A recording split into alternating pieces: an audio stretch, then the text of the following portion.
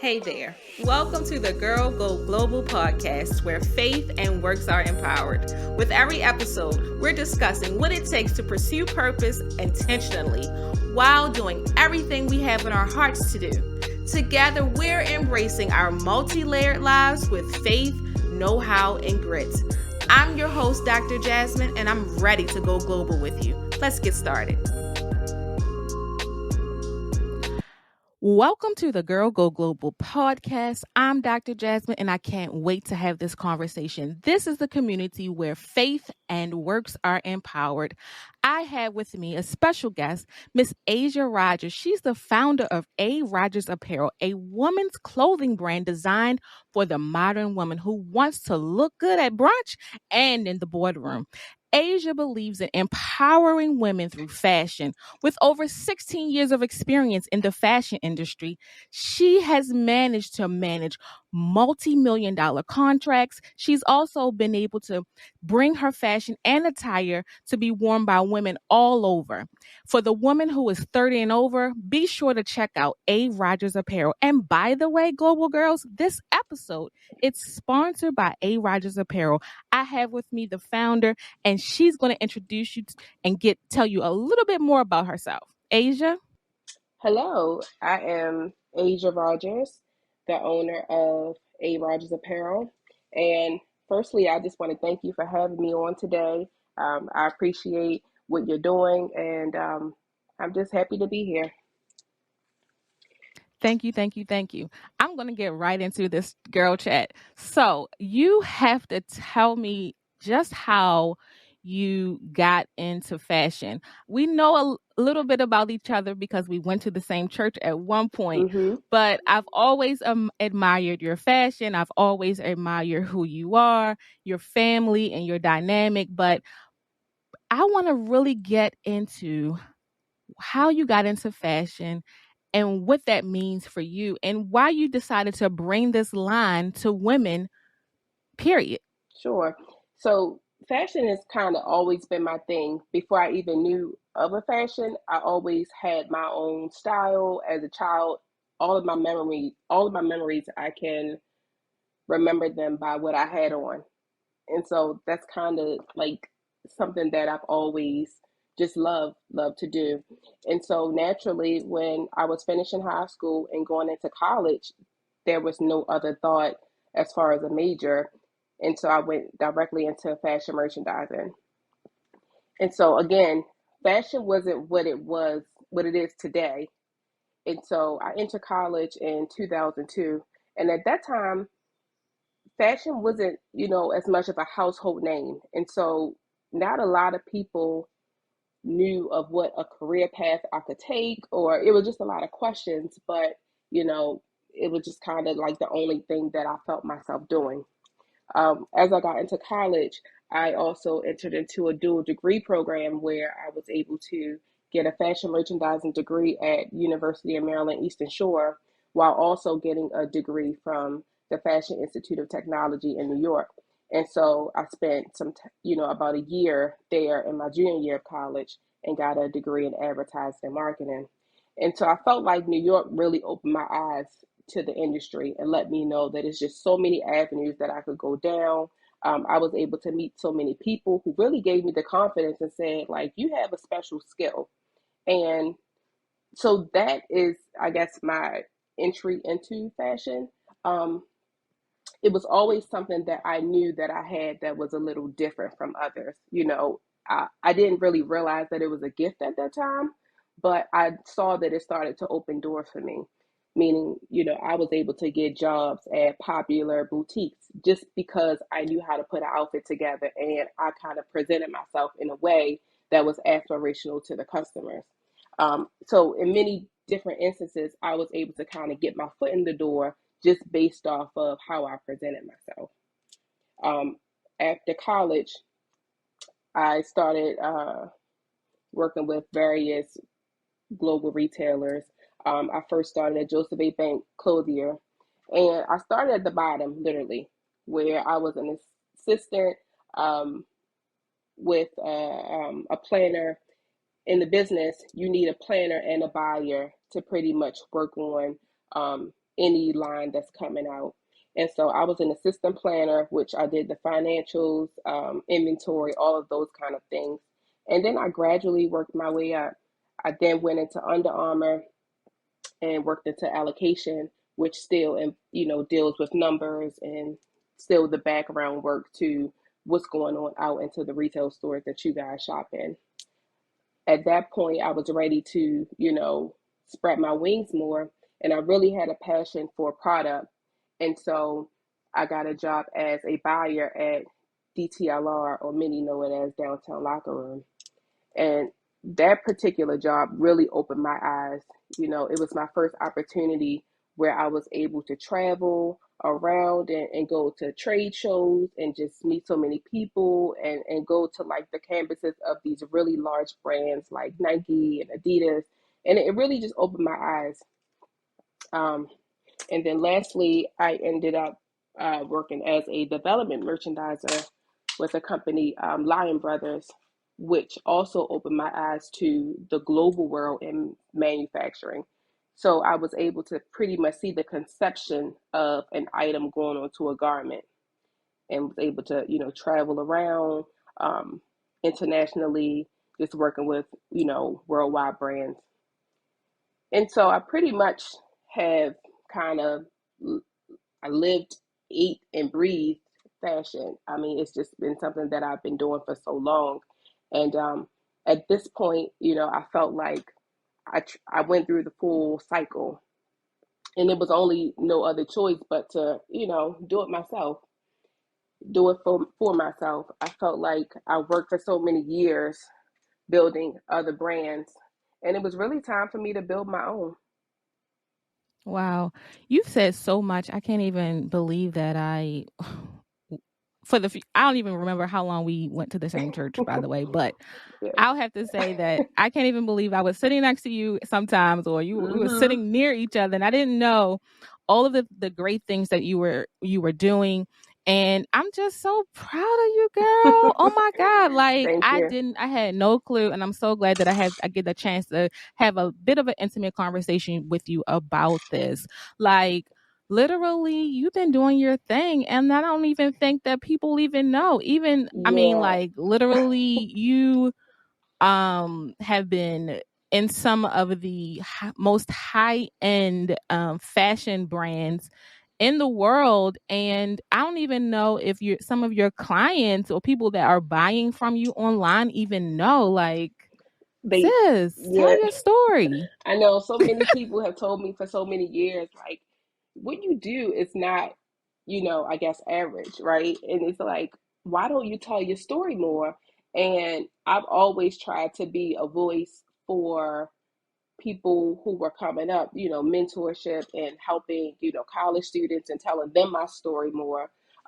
Social media has helped because I've been able to, lightly tell my story, or people will kind of understand what I do a little bit more. But yeah, that's probably a struggle. My story is very important, but then at the same time, I kind of stay, I've always stayed pretty quiet and humble. But yeah, throughout that time while we were in church together, I was really in the thick of like traveling all the time and, just working my tail off, just building. Wow. And I might say that you done a good job. Let me be the first or second. I'm like one of hundreds, I'm sure. I'm sure your family's right in front of me. But you're doing your daggone thing. And I fully support you. I myself has purchased some of your clothing, Yep. and I love it. And I can't wait to, just kind of shop for more. Especially since we're opening up the country, we're I traveling know. more, we're kind Yeah. of getting back to some level of normalcy. Yep. So I just really can't wait to see what else you drop with your clothing line. Hmm. But one thing I know for sure is that you have a brand that's deeply passionate about faith, fashion, Yep. and family, really. Absolutely. I know that you are a wife, you have two daughters, two beautiful daughters, Thank by the you. way. And so tell me a little bit about your faith. How do you walk into this industry, these and bring your faith, show up Mhm. authentically you with your faith, doing what you love, but at the same time, not being afraid to profess that Jesus is Lord. Absolutely. Yeah, so my faith has been huge in my journey. And there has even been times that I didn't realize how much I was, standing out on faith and doing these things, because just in even the journey of going from one company to the next, and in every next there was kind of like a level up. And I didn't even realize that it was so difficult in doing it, but I just really believe that God gave me that confidence just to step out there and say, you know what, you can get this done. There are people who, you can help along in this journey. And so I truly believe that, God has really, really led my path. And one thing that I really am grateful for that God gave me was he gave me so much like vision and like tunnel vision, you know.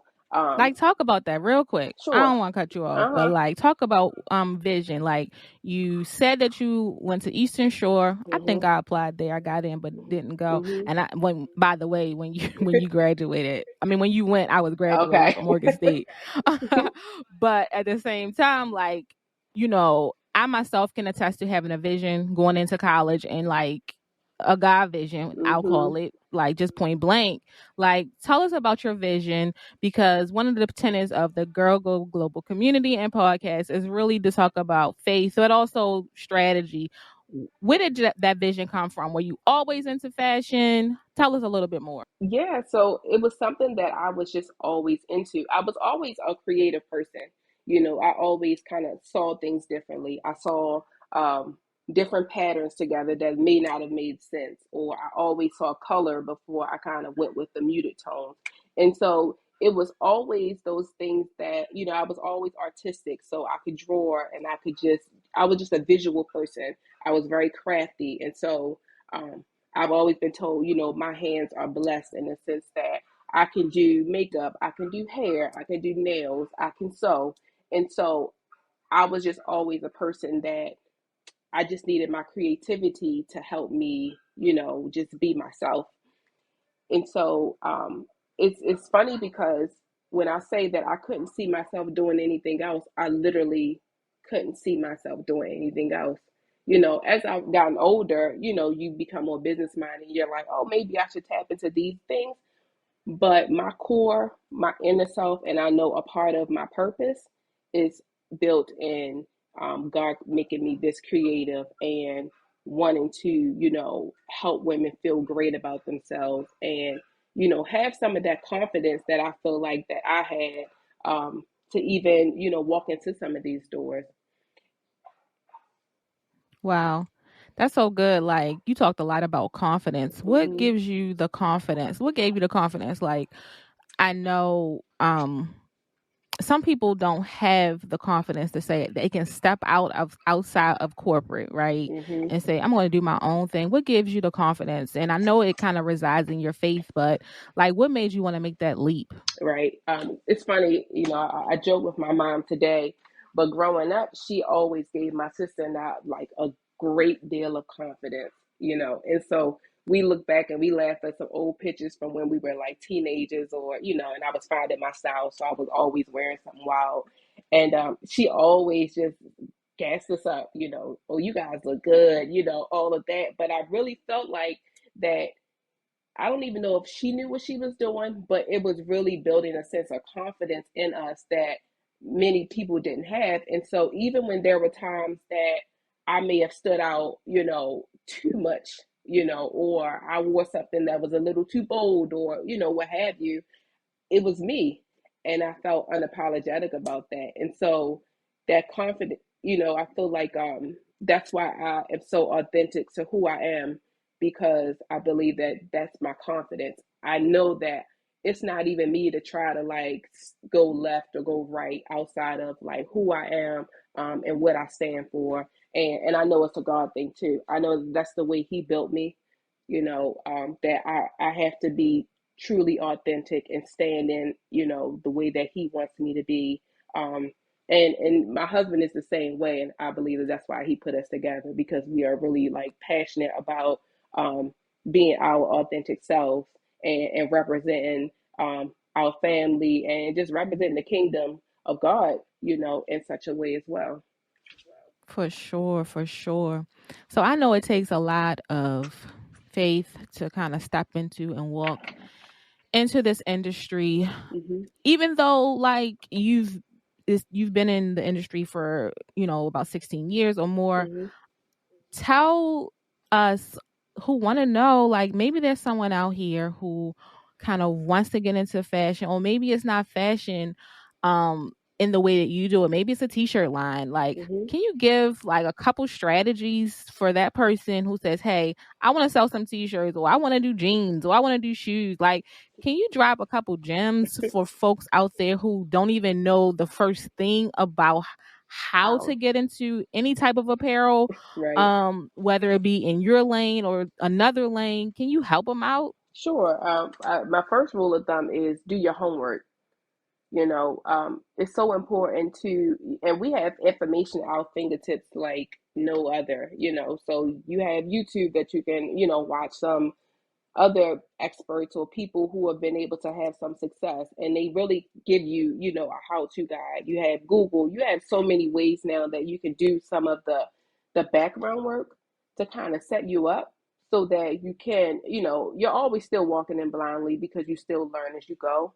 But I always say do your homework, get an understanding, and again, do some networking, meet some people. It's okay to, I always say that there are aspirational people, so let's say a person that's at the top of their game that may not be as reachable.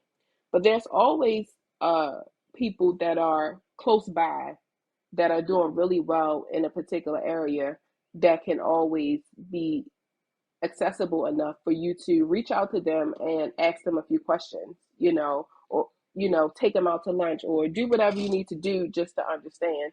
Um, for younger people, I always tell them it's okay to work for free and to say yes. Um, I think that in this era, a lot of times we promote saying no all the time. And I think that that is accurate because we all need to establish boundaries. But when you're younger and you're growing and you're trying to get to a certain place, this is a time where you can intern and you can help somebody out for free, because while you're helping them out for free, your payment is the knowledge that you're gaining in doing whatever you're doing. And so I feel like, while I was in college, I was always interning, I was always trying to volunteer.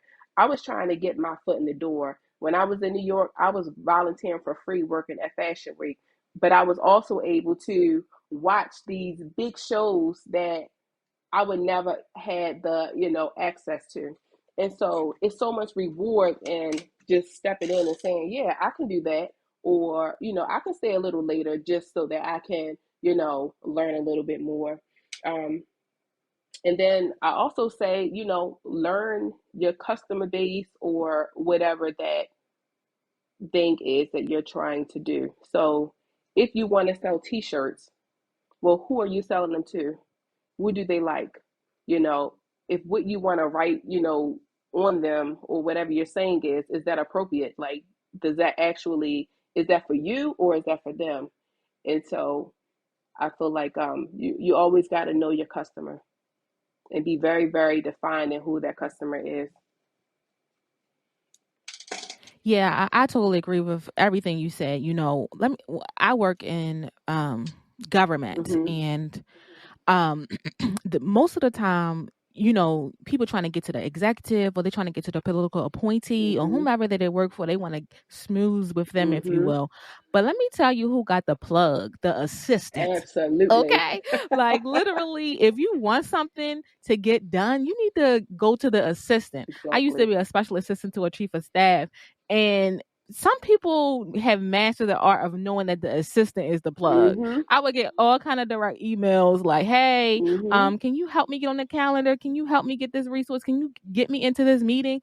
Like literally, Yep. don't sleep on that executive assistant Yep. for sure, or that Absolutely. industry assistant, because they're going to be the one that help you get your foot in the door most of the time. Because what is that person going to do? Hey, talk to my assistant. Mm-hmm.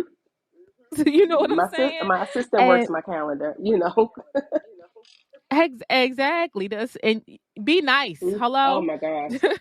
It is nice to be nice. Oh I man. always say that. It's nice to be nice. It's no reason, you know, to come in with a bad attitude. It's like, you know, be nice, be positive. Yeah, for sure. And I totally agree with the idea of doing it for free or like doing work, what they say, above your pay grade. Mhm. Like every now and then, that's okay Mhm. to let people know, hey, I deserve to be at the next pay grade. I'm going to just give you a little taste right now. Let Exactly. me show you what I'm working with. Exactly. And then, yeah, you definitely said something that goes across all business lines, if you will. This idea about knowing your avatar or knowing your customer base, Mhm. your target audience, whatever term of art you want to use, know who your customer is, Yeah. because you need to develop materials, content, or whatever it is that speaks directly to them. Mhm. Like that's so on point right there. Like I totally agree with that. So Asia, I really, really want to know, you've been in the industry quite a while. Like, Mhm. what do you wish you'd known when you started this journey? Like, you've done a lot now, you've started your own line. Is there something that you wish you known before you started this journey? Some of the things that I wish I would have known are just more it's from a mental standpoint. Things like it takes time, you know.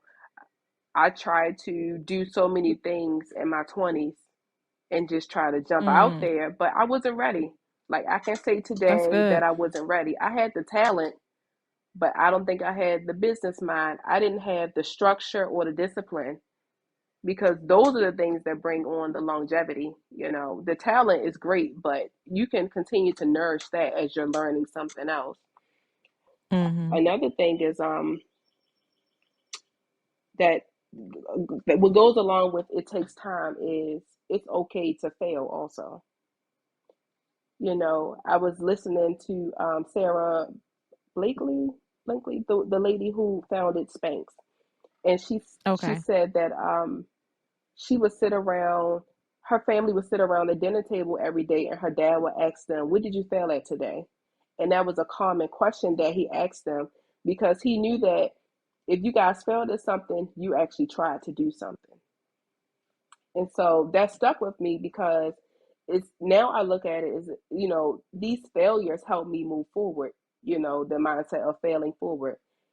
And so it's okay that I may have started something some years ago and it didn't necessarily work out because I wasn't ready. Because it still gave me some of the knowledge, it still allowed me to know some of the people I needed to know, it still gave me a taste to understand, okay, you can do this again, but this is how you can do it better the next time. Oh my, that's real good. Like literally, that is a biblical principle. For sure. Like some of your greatest lessons you learn with God is in that midnight Oh season. my gosh, absolutely. If I never, what you might say, fail, or if I Mhm. never fell, how about Mhm. that, Yep. or if I never fell into a situation that wasn't so pleasing to God, and then He gave me the grace to get it out, and then I was able to pray and fast and kind of rekindle my relationship. Those are the times Yeah. when my relationship with God have really just flourished, and I learned God in a whole new way. So that Absolutely. principle about failing and life lesson and growth is It's bomb. Like huge. so some of my greatest lessons have been in the midnight Oh my because that's gosh. when God sees you. there's Absolutely. there's no I think it says Psalms 139 talks about light and darkness is the same to God. So if we view light as, like, for example, the good times, and we Mhm. and we view darkness as what we might call the bad time, there's no difference to God. He can still find us. There's no place he can't find us. And honestly, sometimes the bad time is kind of, you know, where he got us wide open. And now we're Wide willing, open, right? you know, we're willing to now be obedient and we're willing to say, okay, I'm going to let you do it your way. You know, I would stop trying to Mm-hmm. do it my way. And I felt like, you know, perhaps that may have been some of my roadblocks because I was, again, trying to rush the process because in our mind, we had this whole time clock and we need to do about this, we got this whole, plan. And it's like, although I gave you these things, I didn't say it was time to go. I didn't say it was time to move. And so those are things that I really had to learn and think back and reflect on. And now I have a better understanding of that. Man, if you could like my hand is raised right now, like I'm waving my hand. I'm amening right now because like this is where I am in my life. This Mhm. whole thing about time. Like I'm like, all right, God, Mhm. you said you said and we always say, well, God, I thought by now Yep. I would have had this or I would have been in this place. But Yeah. time is time is God doesn't live in our time. So like Yep. it's our thought process for whatever reason, we get a little hasty Mhm. in our 20s, our Oh my 30s, and gosh. I just had a birthday, so I'm 41 right now, but Happy yeah, we're happy not going to talk belated. about that. But thank you, but what I'm saying is, even I struggle with time. I'm writing a blog, Mhm. and it's called "You Still Have Time." That touched me. That Yeah. says something to me right there. You still got time. You still got time to do a whole lot of things. Absolutely. I was listening to a sermon. I don't even know who it was. I listened to a lot of sermons, and they were like, God used Abraham in his old age, right? Mhm. Abraham and Sarah. There are a lot of things have transpired. A lot of Moses. Mhm. He led the children out into the wilderness that 40 40 years and all. years. He led Yeah. he came basically an apostle, a pastor, a leader Yep. in his old age, right? So, Mhm. we think 20 is late or 30 is 40. We could be 60 years old and God said, okay, now is your appointed time. Exactly. Or how about this? How about it takes you 20 years to get to a point and then God press fast forward and then that next year everything happens. And, Come on, and manifestation, acceleration. yeah, and so I feel like we cry about our timeline and how we think that, you know, it's taking too long, but we also don't consider that once he built us and give us all the tools, when he press go and we're ready, like it can all just happen that quickly. Mm. And then we'll be crying I'm in saying it's this. moving too fast. How about that? Oh, I need look. But the Lord was telling you need an assistant, but Mhm. you ain't do what He told you. He was Right. telling you needed to get your business in order, Uh-huh. get your paperwork together. Mhm. But now, when your appointed time show up, you ain't ready. Right. See there, and then you complaining. Exactly. See there. Mhm.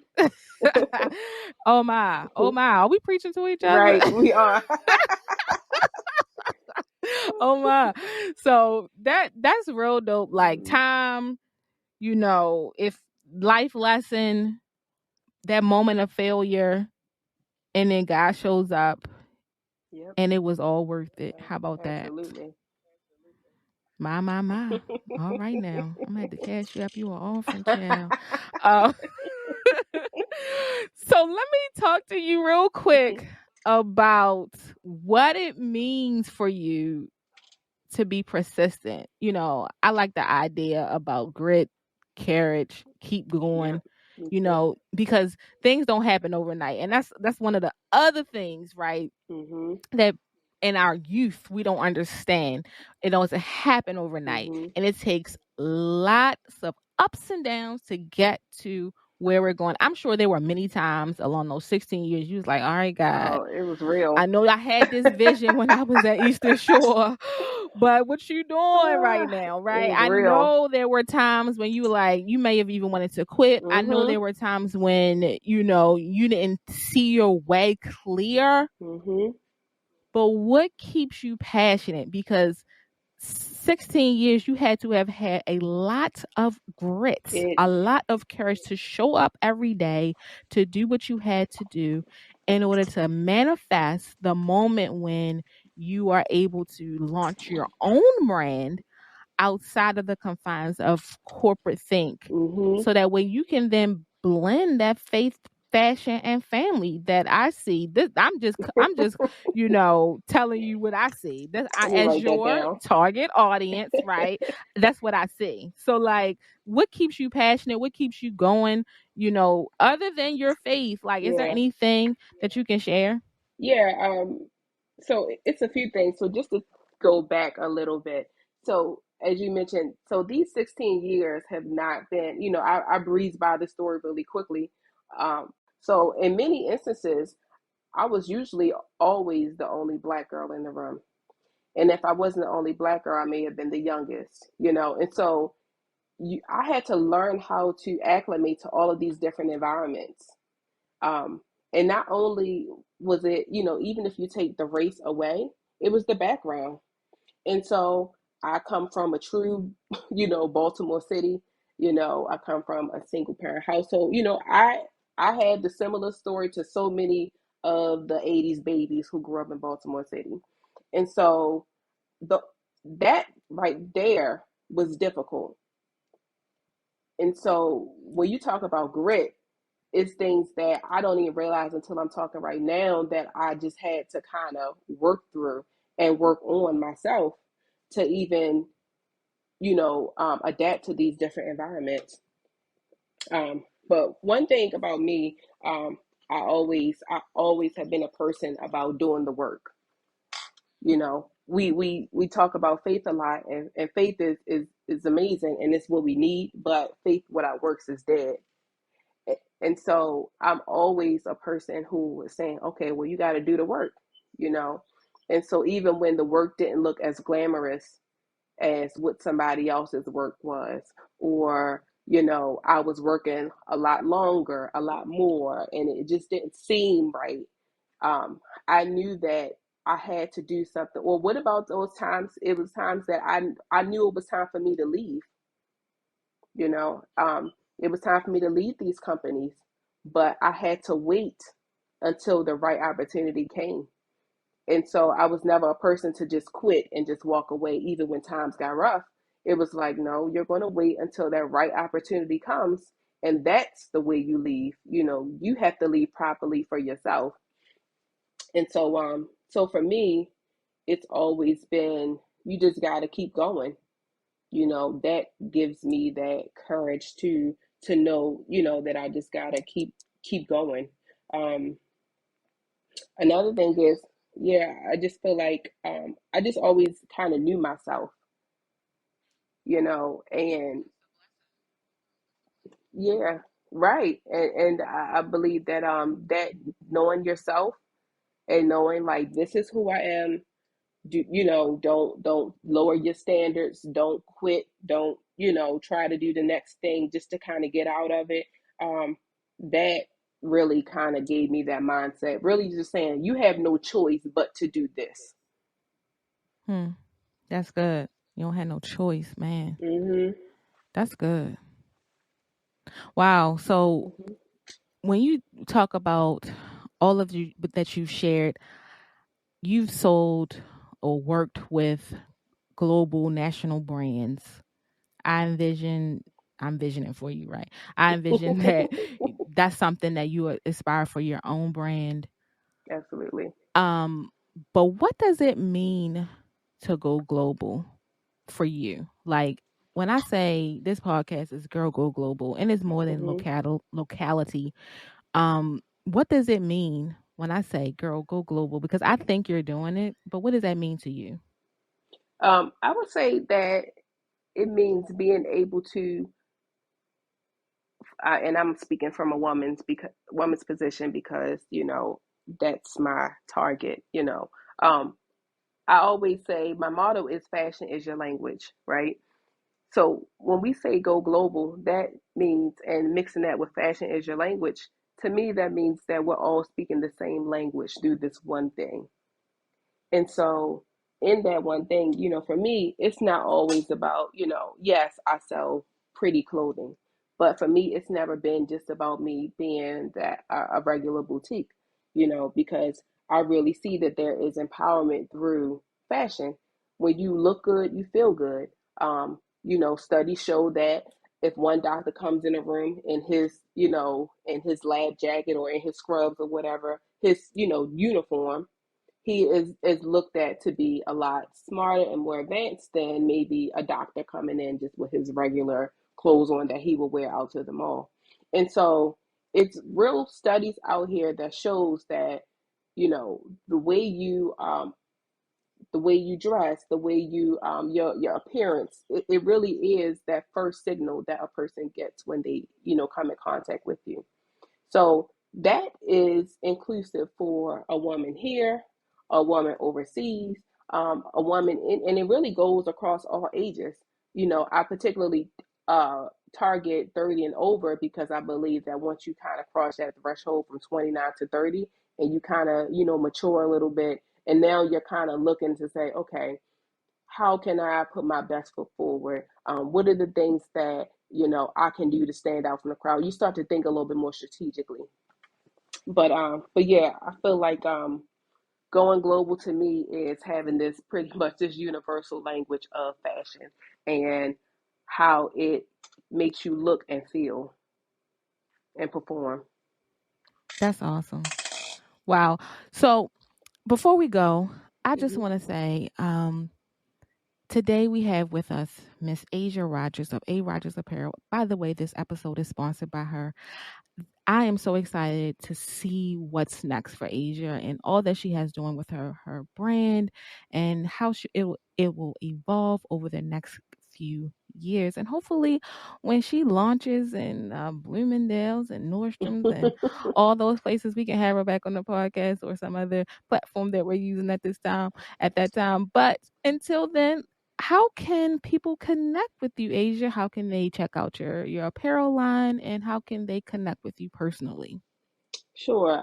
So my website is arogersapparel.com, and that is I ship, anywhere you are located.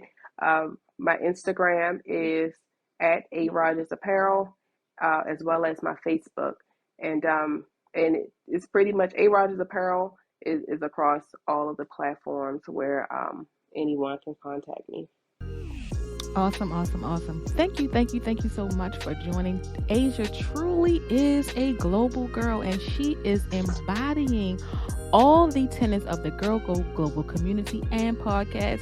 Stay connected, follow her, like, share, and don't forget to share and review this podcast. We are looking forward to bringing you more content on a consistent basis. So looking forward to sharing with you more. Thank you so much for joining.